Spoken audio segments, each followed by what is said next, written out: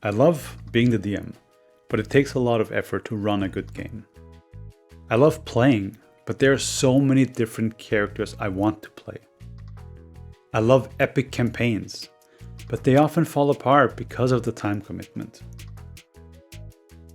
If you can relate to any of that, let me propose a joint campaign. That is what I wrote about a year ago in my local gaming forum, because apparently that's what I do. Dive head deep into D&D in January and February. And people really were into that idea. So we very quickly opened up a Discord and started chatting about how can we facilitate all of that. I envision something like Star Trek, where at the end of every episode, you end up at the status quo. You just have a way of playing a game and next week try something else, or even the next day. And very quickly somebody pointed at a Westmarch style campaign, which I've never heard of, but is very much in that vein. Well, we started talking and we did have to figure out some guidelines, some rules.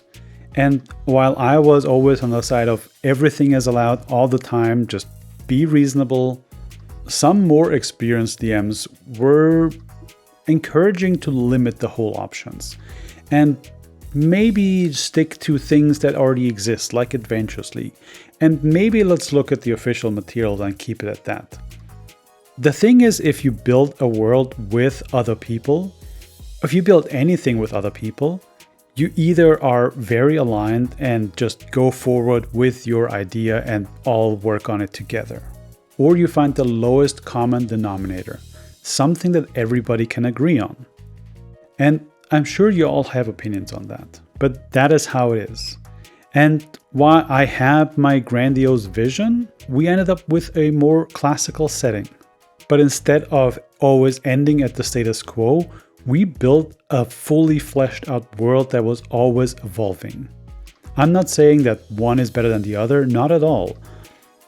If you have a fully organic world, it is amazing to explore it. But you also have to figure out ways to communicate all that to all the DMs and to reconcile events from different games. There is no lesson here. There are no 5 tips on how to build a shared campaign. Not in this video. But what I can tell you is that regardless of your level of experience, it is really fun to build a world with other people. Simply by the fact that if opinions collide or experiences or any different angles come together, you end up with something that actually feels organic, that feels real. Maybe one player has a really deep understanding of the culture of the orcs and how they live and how they rule and what their actual intentions are. And one person is much more attuned to the gnomes and how their society behaves and what their family structures are. And the same is true for the whole geography and layout and buildings and styles. So you just naturally end up with something that feels real. And I also think it is valuable to play with people from different levels of experiences in the game.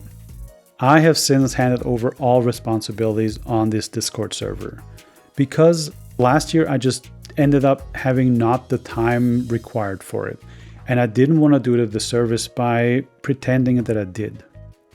But if you are interested in hanging out with other people who are interested in D&D, chatting about it, and maybe running games for each other, check out Cantrip's Canteen. Kylie from Cantrip's Media just opened up her own Discord server, and right now it is teeming with life. So maybe it just takes one person to go over there and start running a game. Maybe that is you. Just keep the things in mind that I just talked about. Or maybe keep it contained and just do a little mini campaign.